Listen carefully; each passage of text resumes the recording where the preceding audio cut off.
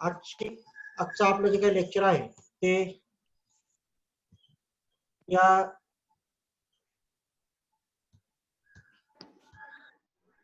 Banking and finance वर आहे. Banking and finance FY BCom चा, त्याचबरोबर banking and finance SY BCom चा, SY BA स्पेशल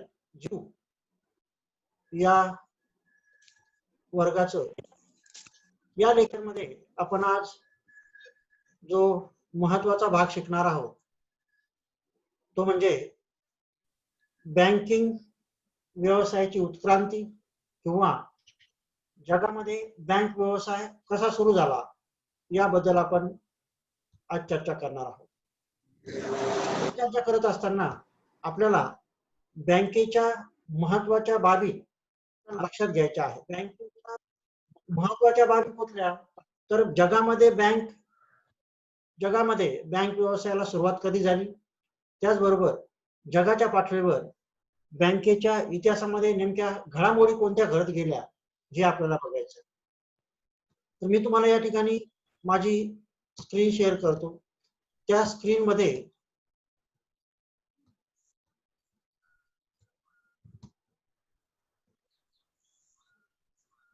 स्क्रीन दिसते माझी तुम्हाला? माझी स्क्रीन दिसते का? दिसते. ओके ओके, सांगत चला असं. तर या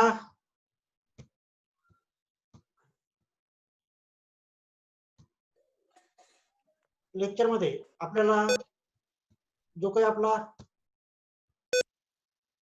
पहिला भाग आहे बँक व्यवसायाची उत्क्रांती. मग बँक व्यवसायाची उत्क्रांती 3 टप्प्यात झालेली आपल्याला दिसते. पहिला टप्पा आपल्याला या बँक या शब्दाचा अर्थ, व्याख्या आणि उगम पाहायचा आहे. दुसऱ्या टप्प्यामध्ये युरोप व आशियातील बँक व्यवसायाची उत्क्रांती पाहायची आहे. तिसऱ्या टप्प्यामध्ये आपल्याला बँक व्यवसायाची भारतातील उत्क्रांती पाहायची आहे. अशा 3 टप्प्यामध्ये आपल्याला बँक व्यवसायाची झालेली उत्क्रांती बघायची आहे. आता सुरुवातीला आपण बँक व्यवसायाची उत्क्रांतीमधील बँक या शब्दाचा अर्थ पाहूया. बँक या शब्दाचा अर्थ पाहण्यामध्ये बँक या शब्दाचा अर्थ पाहण्यासाठी आपण एक जर विचार केला तर बँक मुळामध्ये जी पैसा देवाणघेवाणीचे व्यवहार करते ते व्यक्ती किंवा संस्था म्हणजे बँक हे आपण अगोदरच्या इंट्रोडक्शनच्या लेक्चर मध्ये पाहिलं होतं. इथे एक महत्वाचा मुद्दा म्हणजे तो असा की इथे दिलेले आपल्याला दिसत असेल जी व्यक्ती किंवा संस्था म्हणजे काय? बँक होय. व्यवहार करते ती व्यक्ती किंवा संस्था म्हणजे बँक. तर व्यक्ती म्हटलं म्हणजे कोण? व्यक्ती म्हटलं म्हणजे पूर्वीचे सावकार. सावकार काय करायचे? कर्जही द्यायचे पण ठेवी स्वीकारत नसत. या ठिकाणी म्हटलंय जी व्यक्ती किंवा संस्था म्हणजे बँक. पण आधुनिक काळामध्ये जर आपण आधुनिक काळाचा विचार केला तर आपल्याला काही प्रमाणामध्ये बँकेची जी काही व्याख्या आहे ती व्याख्या बदललेली दिसते. मग काय आधुनिक काळातील बँकेची व्याख्या? आधुनिक काळातील बँकेची व्याख्या 1949च्या बँकिंग अधिनियमानुसार पुढील प्रमाणे सांगितलेली आहे. काय पुढील प्रमाणे बँकेची व्याख्या? तर 1949च्या अधिनियमानुसार जिच्या नावामध्ये बँक असा उल्लेख आहे, जिच्या नावामध्ये बँक असा उल्लेख आहे आणि जी ठेवी स्वीकारते आणि कर्ज देते याबाबतचे व्यवहार करते ती संस्था म्हणजे बँक होय. इथे कुठेही आपल्याला व्यक्ती हा शब्द आलेला नाही. व्याख्येमध्ये व्यक्ती हा शब्द आपल्याला या ठिकाणी आलेला नाही. म्हणून 1949च्या बँकिंग अधिनियमानुसार जिच्या नावात बँक असा उल्लेख आहे आणि जी ठेवी स्वीकारणे आणि कर्ज देणे या प्रकारचे कार्य करते ती संस्था म्हणजे काय? बँक असं आपल्याला या ठिकाणी दिसून येतं. म्हणून जर तुम्ही या ठिकाणी पाहिलं असेल तर तुम्हाला असं लक्षात येत असेल की ज्या तुम्हाला स्क्रीनवर बँका दिसतील त्या बँकामध्ये सगळ्यात महत्वाचं ज्या तुम्हाला दिसतं की HDFC बँक, त्याचबरोबर ज्या विविध बँक आहेत, युनियन बँक, त्याचबरोबर तुमची देना बँक, IDBI बँक, या सगळ्या बँका इथे तुम्हाला दिसतील. ह्या बँका तुम्हाला दिसत असताना आपल्याला ज्या काही ओळखीच्या आणि परिचयाच्या ज्या बँका दिसतात, त्या बँकांचं सगळ्यात महत्वाचं एक त्या बँकांचं सगळ्यात महत्वाचं एक जे काही कार्यभरणा असतो, तो तिच्या नावामध्ये बँक असल्यासारखा असतो. तिच्या नावामध्ये बँक असणे म्हणजे ती बँक असणे असं आपण म्हणू शकतो. आता इथे जर आपण पाहिलं तर कोणकोणत्या नावामध्ये बँक आहे? मग पंजाब नॅशनल बँक आहे. पंजाब नॅशनल बँकेव्यतिरिक्त त्याचबरोबर तुमची बँक ऑफ महाराष्ट्र आहे. बँक ऑफ महाराष्ट्र, त्याच्यानंतर तुमचा बँक ऑफ बडोदा आहे. बँक ऑफ बडोदा नंतर तुमची कुठली बँक येते? ICICI बँक आहे. त्यानंतर IDBI बँक आहे. त्यानंतर HDFC बँक आहे. ह्या सगळ्या बँकेच्या नावामध्ये बँक असल्या कारणामुळे आपण काय म्हणतो की या बँकेचा 1949च्या अधिनियमानुसार आपल्याला जिच्या नावात बँक आहे ती म्हणजे बँक असा उल्लेख केला जातो किंवा असा या ठिकाणी अर्थ काढला जातो. आता सगळ्यात महत्वाची बाजू की नुसतं नावात बँक असून चालणार नाही. मी जर म्हटलं मी बँक, माझ्या नावात बँक आहे, मग नावात बँक असून चालणार नाही. तर काय पाहिजे? तर त्या ठिकाणी आपल्याला सगळ्यात महत्वाची जी काही भूमिका या ठिकाणी मांडायची असते ती असते की ती कर्ज देवाणघेवाणीचे व्यवहार करायला पाहिजे. मग कर्ज देवाणघेवाणीचे व्यवहार करायला पाहिजे याचा अर्थ काय? तर तिने कर्ज दिले पाहिजे आणि ठेवी स्वीकारल्या पाहिजे. सगळ्यात महत्वाचं, कर्ज दिले पाहिजे आणि ठेवी स्वीकारल्या पाहिजे, तरच ती काय असते? बँक असते. आता बँक या शब्दाचा अर्थ पाहिल्यानंतर आपल्याला पुढचा जो काही भाग पाहायचा आहे तो भाग म्हणजे बँक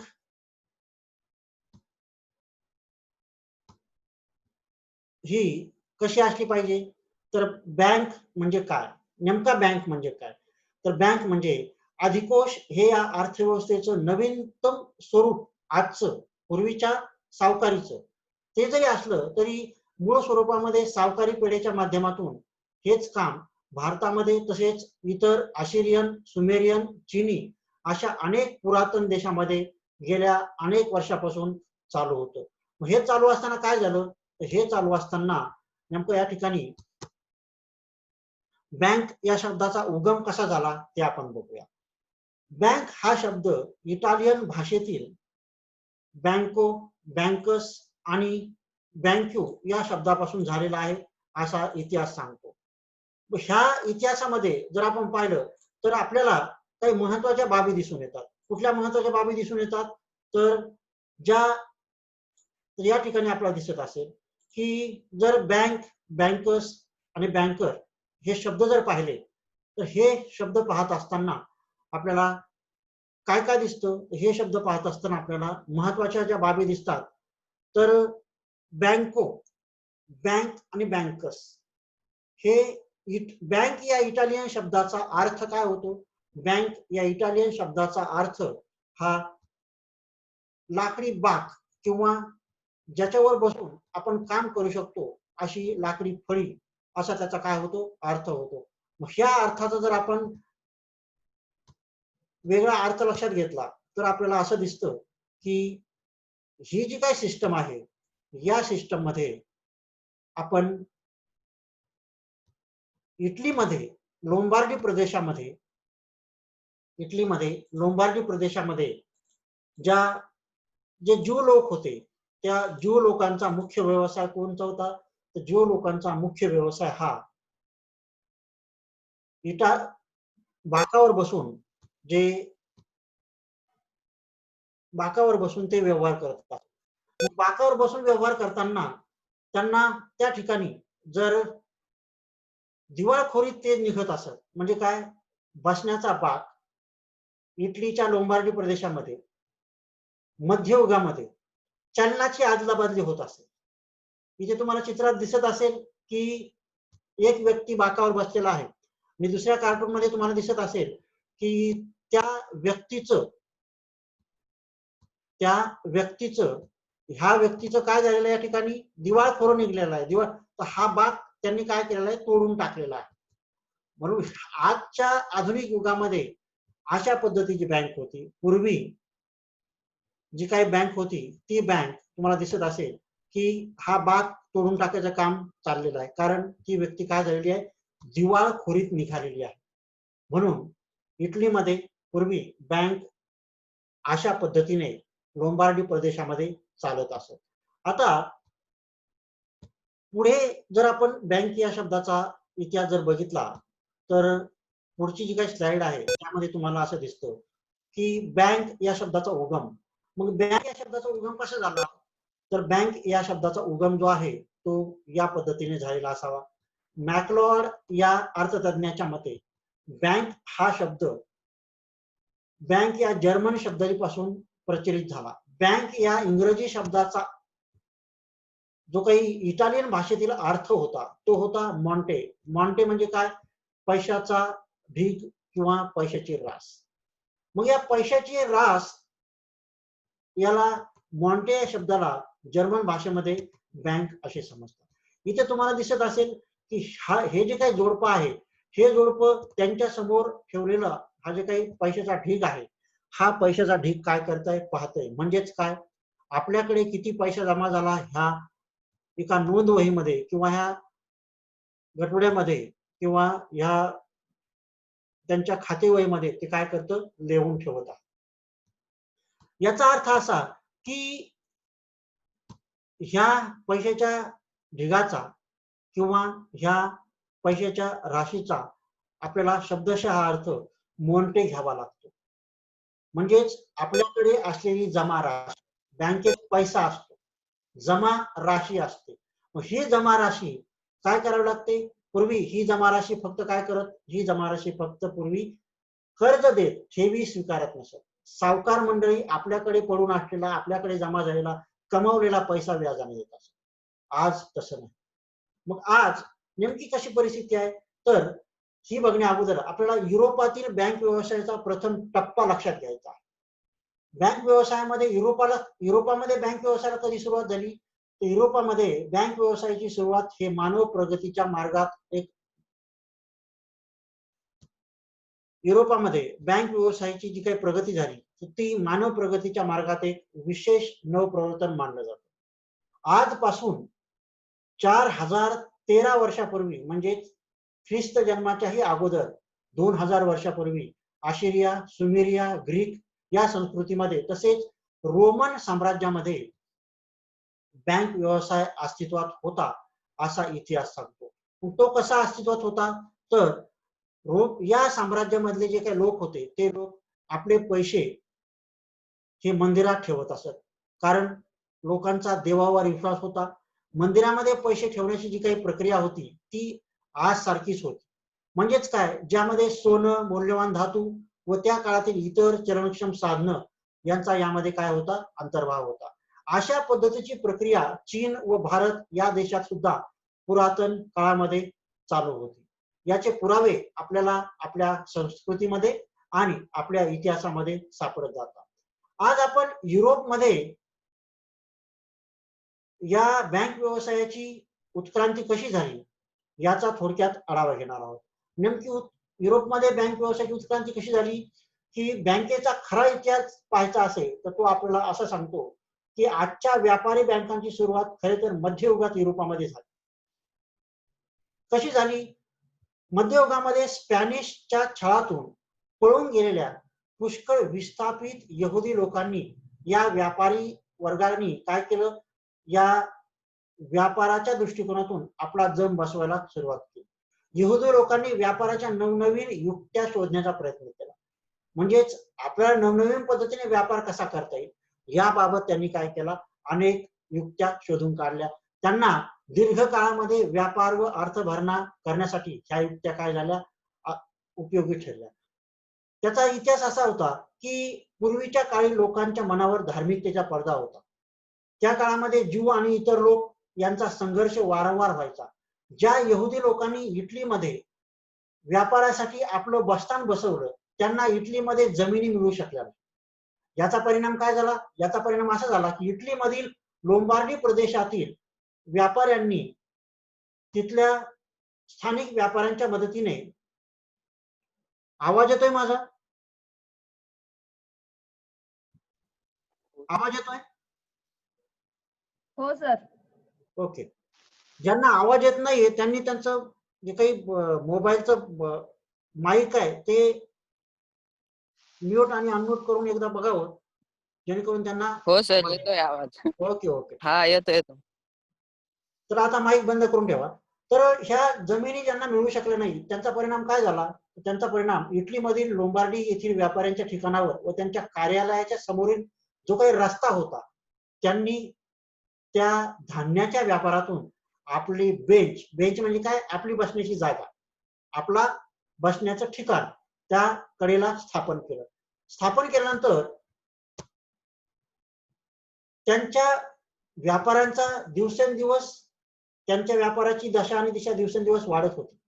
कालांतराने काय झालं? कालांतराने तत्कालीन ख्रिश्चन धर्मगुरूंनी व्याजाने कर्ज देणे हे पाप आहे असं फरमान काढलं. मित्र, इस्लाम मध्येही अशीच काही रूढी परंपरा आपल्याला पाहायला मिळते. सन्मान्य कुराण या ग्रंथामध्ये सुद्धा असं म्हटलं आहे की व्याज देणं आणि घेणं हे पाप आहे. मध्ययुगामध्ये युरोपमध्ये सुद्धा अशाच काही परिस्थिती काय होतं? वातावरण होतं. ह्या वातावरणामध्ये काय झालं? एकीकडे ख्रिश्चन धर्मगुरू अशा पद्धतीचे फरमान काढत होते, तर दुसरीकडे नवख्या शेतकरी वर्गाला पीक उत्पादनासाठी कर्ज देऊ शकतील असेही फरमान तत्कालीन वर्गामध्ये तत्कालीन चर्च धर्मगुरूंनी काढले होते. चर्चचे याबाबतचे जे काही व्याजाचे दर अतिशय उच्च निश्चित केल्याचा इतिहास जो होता तो यहुदी धर्मगुरूंच्या हुकुमाच्या बांधिलकीचं कुठलंही सूत्र त्या ठिकाणी नव्हतं. म्हणजे काय? एकीकडे कर्ज पण द्यायचंय, दुसरीकडे व्याज अधिक लावायचंय. यामुळे काय झालं की व्याज अधिक लावल्यामुळे काही त्या काळच्या काही विचारवंतांची काय झाली? त्या काळच्या काही विचारवंतांनी याला विरोध केला. या विरोधातून एक नवा व्यापारी वर्ग त्या ठिकाणी तयार झाला. त्यावेळी ज्यू लोकांनी शेतकऱ्याच्या दृष्टिकोनातून दोन महत्वाचे कार्य केले. पहिलं कार्य होतं शेतकऱ्यांना कर्ज पुरवठा करायचं आणि दुसरं कार्य होतं शेतकऱ्यांना नैसर्गिक संकटाच्या वेळी त्यांच्या पिकाचा विमा भरून देणे, जेणेकरून आपल्या पिकाची हमी स्वतः शेतकरी घेऊन त्या पिकाची उत्पादकता वाढवण्यास हे शेतकरी लोक काय करतील? प्रयत्न करतील. यामध्ये प्रामुख्याने पिकाच्या भरवशावर व्यापाऱ्यांना हमी देण्याचं काम सुद्धा हे ज्यू लोक काय करत होते? चालू ठेवत होते. या व्यतिरिक्त व्यापाऱ्यांनी पीक अपयशी ठरल्यास, जर त्या काळच्या व्यापाऱ्यांनी शेतकऱ्यांना त्यांचं पीक काढणं जमलं नाही तर पर्यायी स्रोताद्वारे धान्य स्टोअर मधून किंवा पर्यायी बाजाराद्वारे पीक खरेदीसाठी काय करायचे? ती व्यवस्था त्या ठिकाणी आपल्या स्टॉक मधून शेतकऱ्यांना पीक किंवा शेतकऱ्यांना धान्य किंवा जनतेला धान्य द्यायची अशी सुद्धा व्यवस्था त्या काळी व्यापाऱ्यांनी करून ठेवलेली होती. म्हणून आपल्याला जसे जसे या व्यापाऱ्याचं कार्य पुढे चालू होतं तसं तसं स्वतःच्या कार्यक्षेत्रात काही नवनवीन नियम लागू केले. स्वतःच्या वेगळ्या चलनाची सुद्धा या व्यापाऱ्यांनी काय केली? निर्मिती केली. व्यापाराचे नियम ठरत होते. या व्यापारात प्रत्येक व्यापारी ते नियम पाळेल असं लेखी आश्वासन घेतलं जात होतं. परंतु जर काही कारणामुळे ते व्यापारी दिवाळखोर झाले तर तो बाक ज्या बाकावर बसून ते कार्य करत असत ते तोडून टाकत असत, ही कायदेशीर बाब मानल्या जाते. म्हणजे काय? जर माझा धंदा बुडाला तर मी ज्या जागेवर बसायचो ती जागा ते लोक काय करायचे? तो बाक काय करायचे? तोडून टाकायचे. अशा प्रकारची सिस्टम त्या काळामध्ये चालू होती. मग 12व्या शतकामध्ये काय झालं? तर 12व्या शतकामध्ये धर्मयुद्धाचं वातावरण सुरू झालं. अनेक राजवटीमध्ये धर्मयुद्धासाठी पैसे उभारण्याचं कार्य सुरू झालं. 1162 मध्ये इंग्लंडचा हेनरी द्वितीय याने काय केलं? धर्मयुद्धामध्ये गरजेचा पैसा उभारण्यासाठी कर बसवला. अशा वेळी तत्कालीन परिस्थितीमध्ये काही लोक हेनरी यांचा बँकर्स म्हणून काम करू लागले, म्हणजे काय त्यांचे एजंट म्हणून काम करू लागले. मग हेनरीने काय केलं, हेनरी यांनी किल्ले, धर्मस्थळ, चर्च यांच्यामध्ये जमा झालेला पैसा उच्च व्याजदर परताव्याच्या आमिषापोटी लोकांकडून घेण्यासाठी युद्धासाठी वापरला. म्हणजे लोकांनी जमा केलेला पैसा त्या राजाने युद्धासाठी वापरला. तेव्हा हेनरी सर्व युद्ध हारला आणि लोकांचे सगळे पैसे काय झाले, बुडाले. तेव्हा लोकांचा पैसा युद्धामध्ये हारल्यामुळे लोक त्या राजावर नाराज झाले व लोकांनी मंदिरामध्ये पैसा ठेवणं काय केलं, बंद केलं. याचा परिणाम काय झाला, याचा परिणाम लोकांचा पैसा बुडाला, म्हणून लोकांच्या मनामध्ये त्या मंदिर बँकाविषयी काय झाली, नाराजी व्यक्त झाली. म्हणून याची सुरुवात काय झाली, याची सुरुवात कालांतराने युरोपमध्ये मंदिर बँका हळूहळू लोप पावत चालल्यात, म्हणजे मंदिर बँकांचा शेवट होण्यात झाला. काय कारण असेल, तर त्याचं कारण असं झालं की वारंवार होणारे धर्मयुद्ध. मग तिचा ऱ्हास का झाला, तर धर्मावरील विश्वास कमी झाला. लोकांचा धर्मावरील विश्वास कमी होत गेला. लोकांचा धर्मावरील विश्वास कमी झाल्यामुळे लोकांनी मंदिरात पैसे ठेवणं काय केलं, बंद केलं. कारण वारंवार धर्मयुद्ध होत होती. आपला पैसा राजा काय करायचा, आपला पैसा राजा तेथील युद्धामध्ये वापरायचा. युद्धामध्ये पैसा वापरल्यानंतर ते युद्ध हारायचा आणि युद्ध हारल्यानंतर आपले पैसे बुडाले. त्यातून काय झालं, राजे व धर्मगुरू यांचा संघर्ष निर्माण झाला.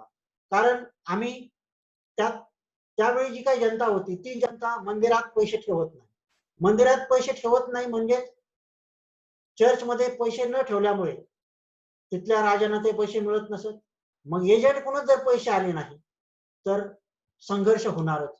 त्यानंतर व्याज घेणे पाप आहे हा धर्मगुरूंचा फरमान. यामुळे लोकांनी काय केलं, मंदिरात पैसे ठेवणं बंद केलं. म्हणून मंदिर बँकांचा ऱ्हास झाला. मग मंदिर बँकांचा ऱ्हास होण्याचे जे काही 4 कारण आहेत, ते 4 कारण तुम्हाला या ठिकाणी दिसत असतील. पहिलं कारण आहे धर्मावरील विश्वास कमी झाला. लोकांचा धर्मावरील विश्वास कमी झाला. दुसरा आहे राजे व धर्मगुरूंचा संघर्ष वाढला. तिसरा आहे वारंवार युद्ध होत होते. आणि चौथा आहे व्याज देणे घेणे पाप आहे. हे 4 जे काही कारणे आहेत, ते 4 कारणे मंदिर बँकांचा ऱ्हास होण्यामागच्या. परीक्षेत प्रश्न विचारला जाऊ शकतो की युरोपमधील मंदिर बँकांची उत्क्रांती लक्षात घेताना मंदिर बँक आणि तिचा ऱ्हास होण्याची कारण कोणती, तर हीच कारण आहेत. कुठली, पहिलं कारण धर्मावर विश्वास, दुसरं कारण वारंवार युद्ध, तिसरं कारण राजे व धर्मगुरूंशी संघर्ष, चौथं कारण आहे व्याज घेणे पाप. अशा पद्धतीचं हे मंदिर बँकाचा ऱ्हास होण्याचे जे काही कारण आपल्याला सांगता येतील. आता यानंतर काय झालं, तर यानंतर झालेला पुढचा मुद्दा तो असा की इटलीमधील ज्यू सावकार काय करायचे. इटलीमधील ज्यू सावकार हे आपल्याकडील जमा ठेवीमधून कर्ज व्याजाने पैसे द्यायचे. व्याजाने पैसे दिल्यानंतर काय झाला, इंग्लंडमध्ये जे काही ज्यू लोक होते त्या ज्यू लोकांचा वाढता विरोध झाला. इंग्लंडमध्ये ज्यू लोकांना काय झाला, वाढता विरोध झाला.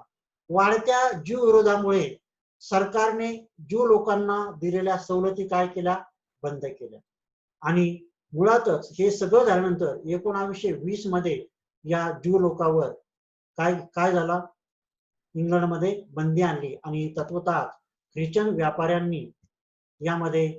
व्यापाऱ्यांना त्या ठिकाणी काय झाली, बंदी झाली. ज्यू लोकांना बंदी झाली, त्यामुळे ख्रिश्चन व्यापाऱ्यांनी ह्या बँकिंग व्यवसायामध्ये काय घेतली, पुढे घेतली. आपला ख्रिश्चन मिशनऱ्यांनी बँकर्स म्हणून आपला वेगळा व्यवसाय या ठिकाणी सुरू केला. हे सुरू होत असताना आणखी एक महत्वाची गोष्ट झाली युरोपमध्ये. ती कुठली झाली, तर ती युरोपमध्ये सार्वजनिक बँकांची जी काही सुरुवात झाली 1157 मध्ये.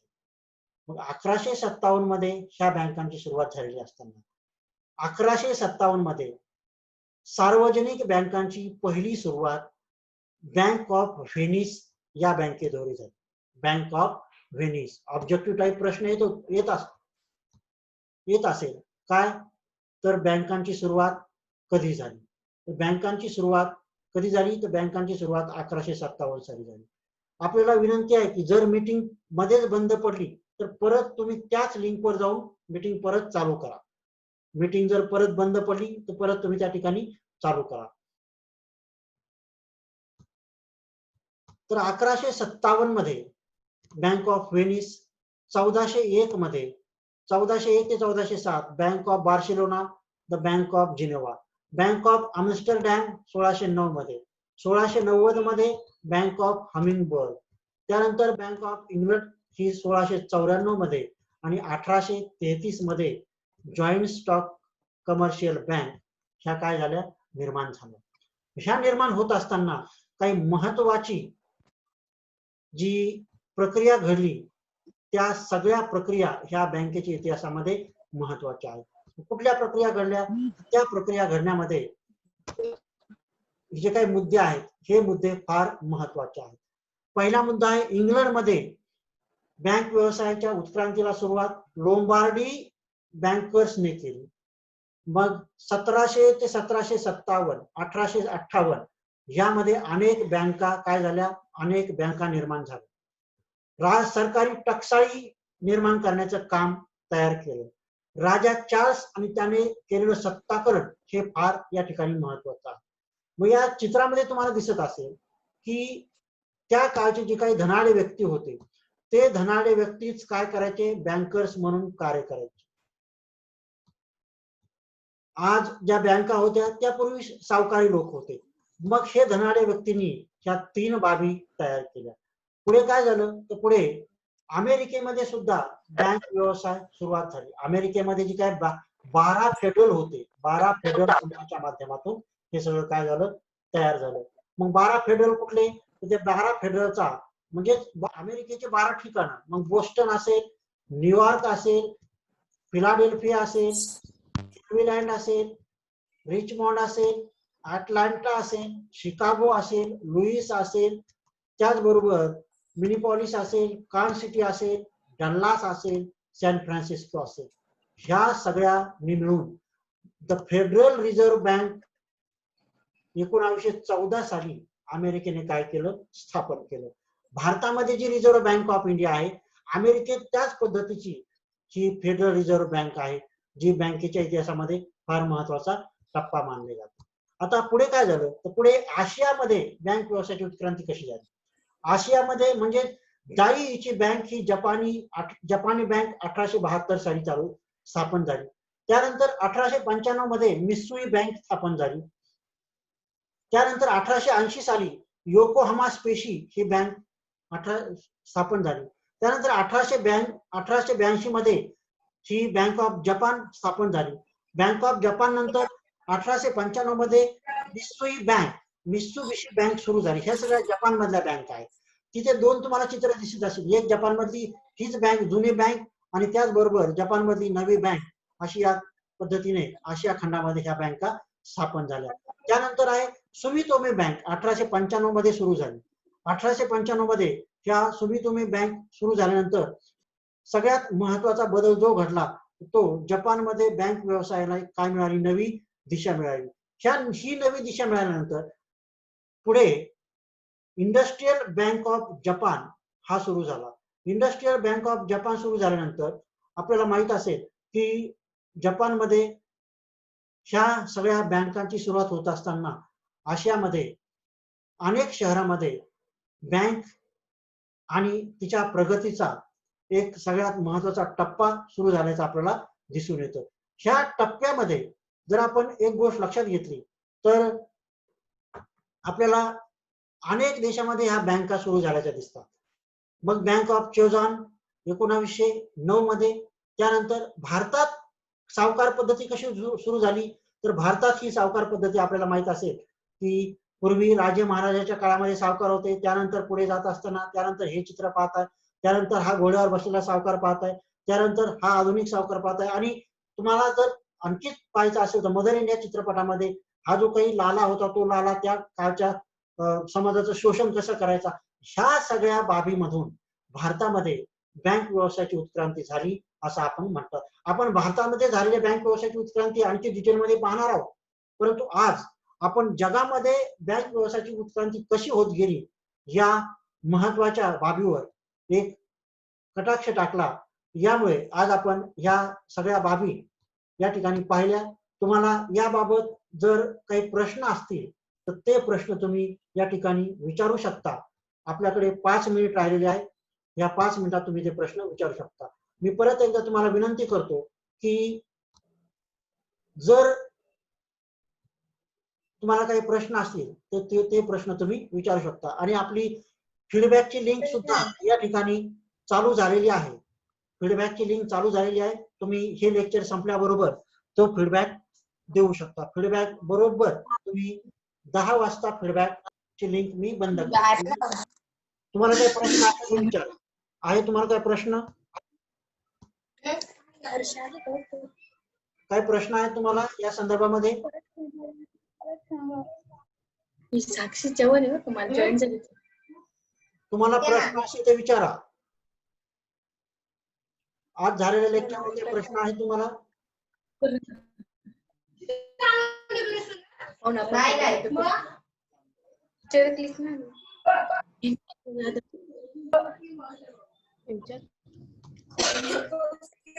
अटेंडन्स ते पण एवढी जणांनी दिली. तुम्हाला काय प्रश्न आहेत? प्रश्न असतील तर आपलं माईक ऑन करून विचारा प्रश्न. आवाज नाही आला. आवाज येतोय का? तुम्हाला काही प्रश्न असतील तर विचारा.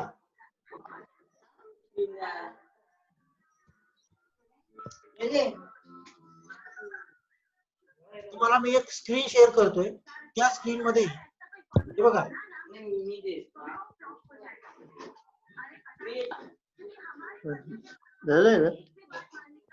माझी वेबसाईट आहे.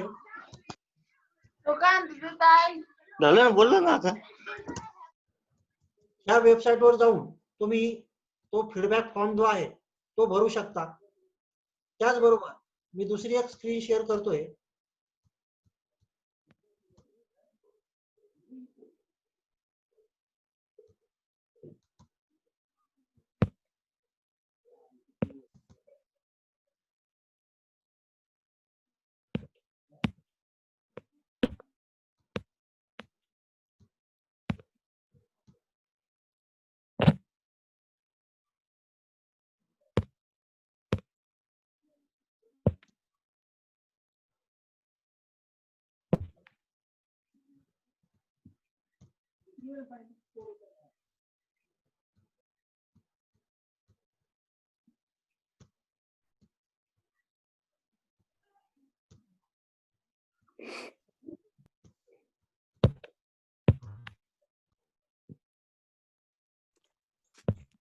सर आवाज आहे ना तुमचा?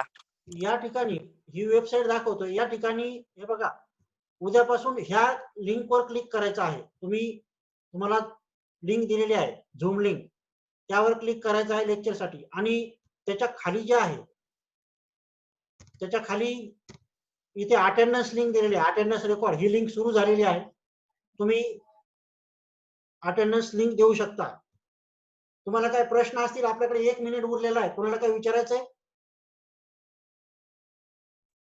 आपल्याकडे फक्त 1 मिनिट उरलेला आहे. 1 मिनिटानंतर हे सगळं बंद आवाज होईल. येतोय तुम्हाला?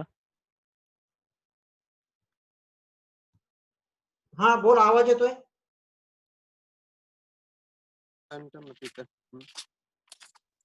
गेलं ते डिलीट होऊन. तू काय टॅप टू स्पीक. तर हा फीडबॅक फॉर्म तुम्ही भरायचा आहे. अटेंडन्स फॉर्म भरायचा आहे. अटेंडन्स फॉर्म ओपन झालेला आहे. कुठल्याही क्षणी आपली मीटिंग आता बंद होईल. आपल्याकडे टाइम संपलेला आहे. उद्या याच वेळेला या लिंक वर क्लिक करून, इथे दिलेले आहे, या लिंक वर क्लिक करून तुम्ही इथे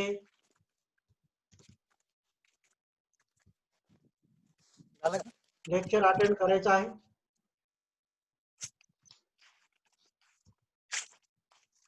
आता आपण थांबूया. हो सर, मग काय अडचण नाही. ओके. फीडबॅक अटेंडन्स भरा सगळ्यांनी.